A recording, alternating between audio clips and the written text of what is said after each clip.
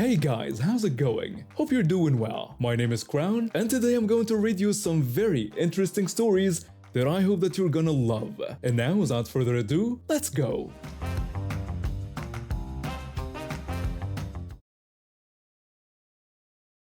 My dad's a police officer, so he knows everything about firearms and safety. And that day, we decided to visit our local shooting range, which is located just outside town near a small forest. We brought along our gas pistol, the kind that doesn't require a license in our country. It's a neat little weapon that normally fires blank or gas cartridges, but my dad had purchased a special attachment that allowed us to shoot flares and pyrotechnics. It was perfectly legal since he had all the necessary paperwork for handling explosives as part of his job. We arrived early in the morning when the range was relatively empty. My dad checked us in with a security guard at the front, a friendly guy who'd seen us there dozens of times before. We headed to our usual lane, set up our equipment, and started our session. The morning was going smoothly. We took turns firing rounds, my dad occasionally giving me pointers on my stance and grip. After about an hour, my dad decided to load one of the flare cartridges so I could try shooting it. I'd done it a few times before, and it was exciting to see the bright trail the flare left in the air. We loaded it carefully, following all the safety protocols, and I fired off a few rounds. The flare streaked beautifully against the blue sky. My dad then loaded another flare cartridge and was about to hand me the pistol when we suddenly heard footsteps approaching from behind us. We both turned around to see a woman, probably in her early 40s, walking toward us with a young boy trailing behind her. The kid looked no older than 11 or 12, wearing a video game t-shirt and looking somewhat embarrassed. The woman got our attention and asked if we could let her kid shoot our gun. I exchanged a quick look with my dad. We both knew the rules of this shooting range very well. You had to be at least 15 years old to handle any weapon on the premises, and that was non-negotiable. Using explosives like flares required even more stringent documentation, which my dad had because of his law enforcement background. I politely told her that her son was too young for that, explaining that the minimum age at the range was 15. She immediately insisted that he wasn't too young and claimed he was 17 years old. I looked at the boy again. There was absolutely no way this kid was 17. I hadn't even hit puberty yet by the looks of it. I could see the boy's face turn red with embarrassment. The boy quietly told his mother that it was okay and suggested they could just rent their own gun like everyone else does. But she completely ignored her son and kept staring at us expectantly. Then she asked if we had the paperwork for those explosives we were using. My dad stepped forward and pulled out his identification and the necessary documentation from his jacket pocket. He explained that, yes, he did have all the permits because he was a police officer, but regardless of that, we still couldn't let her son use our equipment. He reiterated that the boy needed to be 15 and they would need their own permits anyway. The woman got angry and called us selfish, saying it was just one shot, and we were being ridiculous. I tried to explain that we weren't trying to be difficult, but these were the rules for everyone's safety and we had to follow them. What happened next was so sudden that neither of us had time to react. The woman lunged forward and grabbed the gas pistol right out of my hand. Before I could even shout a warning, she pulled the trigger. The flare shot out with a loud pop, and I felt a searing pain when it grazed my shirt, immediately setting the fabric on fire. I dropped to the ground and rolled, managing to put out the flames quickly. My dad rushed to help me, while simultaneously reaching for his phone to call security. The woman stood there for a moment, seeming to realize what she'd just done. Then, in a move that shocked us even more, she grabbed the entire box of flare cartridges from our equipment bag and took off running toward the forest behind the range. The boy called out for his mom to come back, his voice desperate and confused. The kid was standing there absolutely stunned, tears starting to form in his eyes. My dad knelt down beside me to check if I was seriously hurt. Thankfully, it was mostly just singed fabric and a minor burn on my skin. Within 2 minutes, the security guard came sprinting over. My dad quickly explained what had happened, pointing toward the direction the woman had run. The guard immediately radioed for backup and then mentioned something I'd forgotten about. The range had a kennel with trained tracking dogs specifically for emergencies like this. My dad, being an off-duty officer and familiar with working with canine units, volunteered to help. The security guard brought out one of the German Shepherds, a beautiful dog named Rex that I'd seen around the facility before. We left the boy with another staff member who'd arrived and headed into the forest. The dog picked up the woman's scent immediately and started leading us through the trees. My adrenaline was pumping when we followed the guard and Rex deeper into the woods. After about 15 minutes of tracking, the dog suddenly stopped and pointed toward a thick cluster of bushes about 20 yards ahead. The security guard called out that he could see her and ordered her to come out, warning that she was only making things worse for herself. We could see her crouching there, partially hidden by the foliage. She was breathing heavily, clearly panicked. When the guard approached with Rex, the woman did something that turned the situation from bad to absolutely criminal. She pulled out one of the flares she'd stolen, loaded it into our gas pistol that she'd also taken, and fired it directly at Rex. The flare hit the poor dog in his side, and he yelped in pain, stumbling backward. That was the last straw for the security guard. He rushed forward and tackled the woman to the ground, wrestling the pistol away from her while my dad called for police backup and a veterinarian. Within minutes, the forest was swarming with officers. The woman was arrested on the spot and handcuffed. When they led her away, she was screaming about how unfair everything was and how she was going to sue us. Her son was picked up by what I assumed was his father, who looked absolutely mortified by the whole situation. Rex was taken to an emergency vet and thankfully recovered fully after treatment, though he had some scarring. The woman was charged with assault, theft, and injuring a police dog.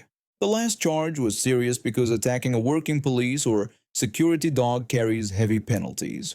Her court hearing happened about 2 months later. My dad and I both had to testify about what happened. The judge was not sympathetic to her case at all, especially given that she'd attacked a trained security dog and could have seriously injured people with those flares. She was sentenced to 15 years in prison. After we gave our statements that day, my dad and I went back home. Neither of us felt like talking much about what had happened. Instead, we went into our backyard, set up some tin cans on the fence, and spent the evening shooting them with our air gun. It was therapeutic in a way, returning to something simple and safe after such chaos. I was 23 years old with a young son to take care of on my own. Money was tight and finding childcare felt impossible on what I was making. That's how I ended up at East End, a restaurant in the worst part of town that somehow became wildly popular. The place was known for throwing huge parties that drew crowds from all over. The community loved us so much that the owners opened another location on the West Coast. But behind the scenes, things were a disaster. Our paychecks bounced all the time, and trying to cash them anywhere was like rolling dice because the money was never managed right. One year, they put $0 on my tax form even though I've been taking money from every paycheck. I'm pretty sure that's illegal, but what could I do? I needed the job. Even with all that mess, I stayed loyal. I worked almost every day, sometimes from 9 in the morning until 3 the next morning. My son would be with me, coloring at a back table or sleeping in the office while I worked. There was 1 month where I didn't take a single day off, but I was good at what I did. They made me the top waitress and gave me a raise of $1.25. That doesn't sound like much, but every penny mattered when you're feeding a kid alone. Things were fine until the original owner passed the restaurant down to his son. At first, nothing changed. Then he hired 2 people, an older woman, I'll call Tina, and a girl named Leah, who I went to school with years back. That's when everything went downhill. Over a few months, I watched my boss get closer and closer with Tina and Leah. They'd hang out after work, go to lunch together, all of it. Then one day we had a staff meeting where he announced they were both being promoted to manager. I had 2 full years over them in seniority. I brought in the highest sales every single shift, but they were his friends, so they got the positions. It got worse though. They stripped away my top waitress title and took back the raise I'd earned. I was crushed, but I kept showing up because my son needed to eat. That's when Tina started targeting me. She'd pick apart everything I did, calling me a table hog and saying I wasn't a team player. This was coming from someone who couldn't match my sales on her best day. She'd find any excuse to criticize me and make me look bad in front of the boss. The breaking point came during one of our big event nights. I'd already worked the entire lunch rush, and they asked me to stay for the late shift because they knew I could handle the chaos. When Tina came in that evening, she told me I'd be working the register position. I asked what she meant since I always worked the floor during events. She said with this nasty tone that I'd made enough money already and that I'd only be working the front bar and door, no tables at all. She walked away with this smug look before I could say anything. I was furious because register waitresses barely make anything compared to working the floor, especially during packed event nights. Then my family came in. They saw me and asked if I could be their server. We had a clear rule that if a customer asked for a specific server, that server would take the table. It was company policy. But Tina was angry because it meant she had to cover my spot up front. I took care of my family all night while trying to ignore the looks Tina kept shooting me. By the end of the shift, she called me over to the computer. She demanded to know what I'd done for my family's table. I shot back asking who was questioning my orders. She looked surprised but then said she wanted to see what I'd done that was worth being suspended for a week. She complained that she'd had to work when managers were supposed to just sit back and watch to make sure everything ran smoothly. I asked her what she was talking about and reminded her she knew the rule. But I just gave up and told her I was done with this whole thing. I walked out in tears and went home to hold my son, wondering how I'd pay rent. The next day I went in for my paycheck and happened to look at the schedule. That's when I saw something interesting. I was only suspended for 6 days, not 7. And on that 7th day, I was scheduled to work the biggest party of the year. An idea hit me right then. I went straight to the boss's office and said I needed to clear something up. I told him I thought my suspension was for 7 days, not 6, and that I'd already made plans for that 7th day thinking I'd be off. He looked confused and pulled up the schedule. Tina had messed up. He confirmed I was right and said he'd talk to her about it. I watched him call her over and point out the mistake. Her face went white. He said if I was suspended for a week, I couldn't work that day and told her to fix the schedule. Tina had no choice but to take me off for the party. I walked out trying not to smile. That night I drove past the restaurant during the event. The streets were jammed with cars and people everywhere. I honked and waved at the staff I saw outside. They looked exhausted and overwhelmed. The other servers told me later that it had been a complete disaster. Since Tina had suspended their best server and was already short on staff, she couldn't find anyone to cover the tables. The boss tore into her for the terrible planning and bad leadership. She ended up working the entire floor herself, running around while customers complained about the slow service. That week, I found a new job at a place that actually paid properly and treated me right. I called East End and said my 2 weeks' notice was when they'd notice I wasn't coming back. I heard later that Tina got demoted a few months after that. The restaurant shut down completely about a year after I left. Can't say any of it surprised me. I started working at this grocery store when I was 16 years old. I spent 5 years at that location, watching it become almost like a second home. By the time I turned 21, I'd been promoted a couple times and had gotten really good at my job. When an opportunity came up to transfer to a different location closer to where I'd moved, I took it. The pay was slightly better, and the commute was cut in half, so it made sense. That was back in 2021. Fast forward to Halloween 2022, and I was scheduled for the day shift at my new location. One of the cool things about working at this chain was that they let us dress up for Halloween. So I put together this John Constantine costume that I was pretty proud of.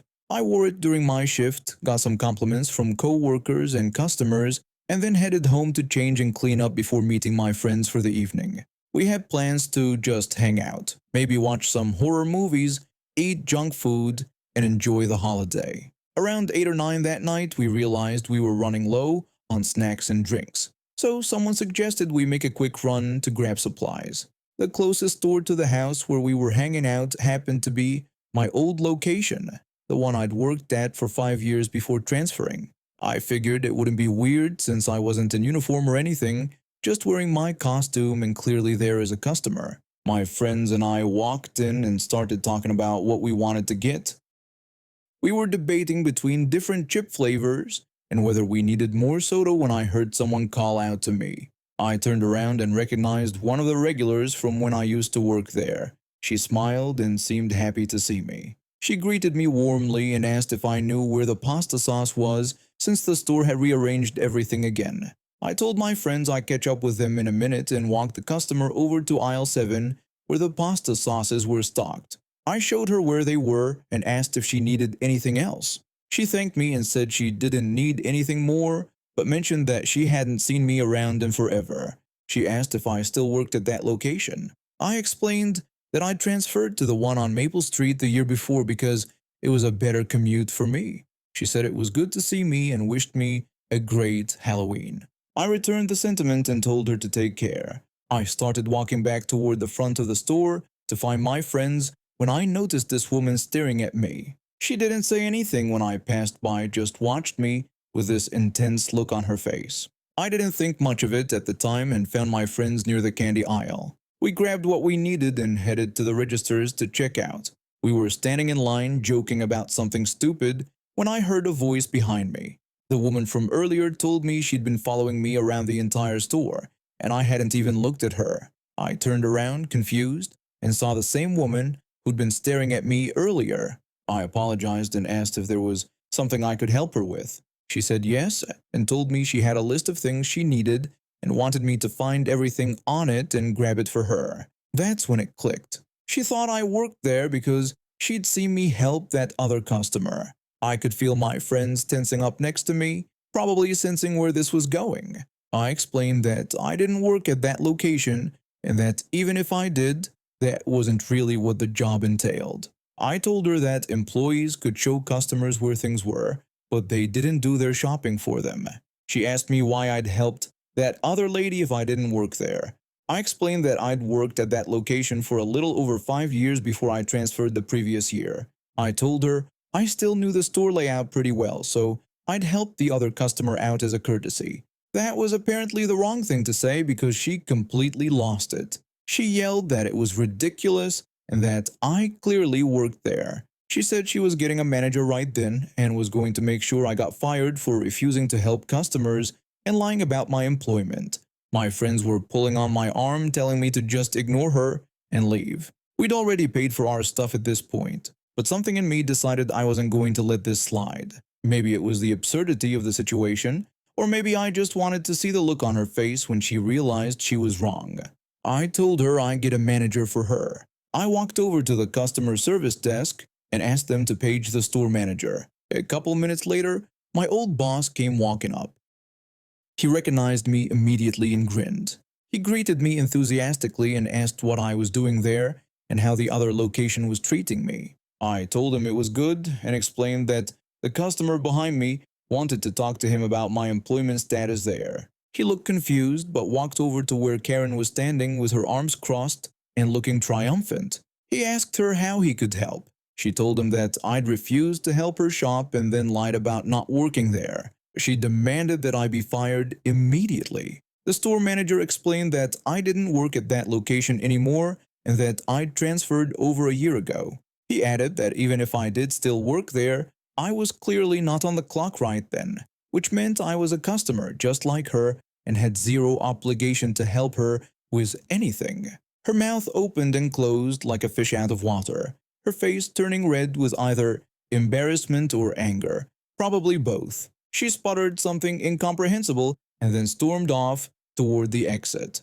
After she left, I asked my old boss if she'd been a problem since I'd left. He asked if I was kidding and told me she'd been pulling that nonsense every week for the past 2 months. He said the next time she came in and started harassing people, he was having her trespassed because he was so tired of dealing with her. We chatted for another minute before my friends and I headed out to the parking lot. Once we got into one of their trucks, we all burst out laughing. The whole situation was so ridiculous that it almost didn't feel real. My friend in the passenger seat turned around to look at me and said the whole thing was insane. He asked if that happened a lot in retail. I told him it happened more often than he'd think, but that was definitely one of the more memorable ones. And now we have reached the end of today's stories. Thank you for watching, and see you next time.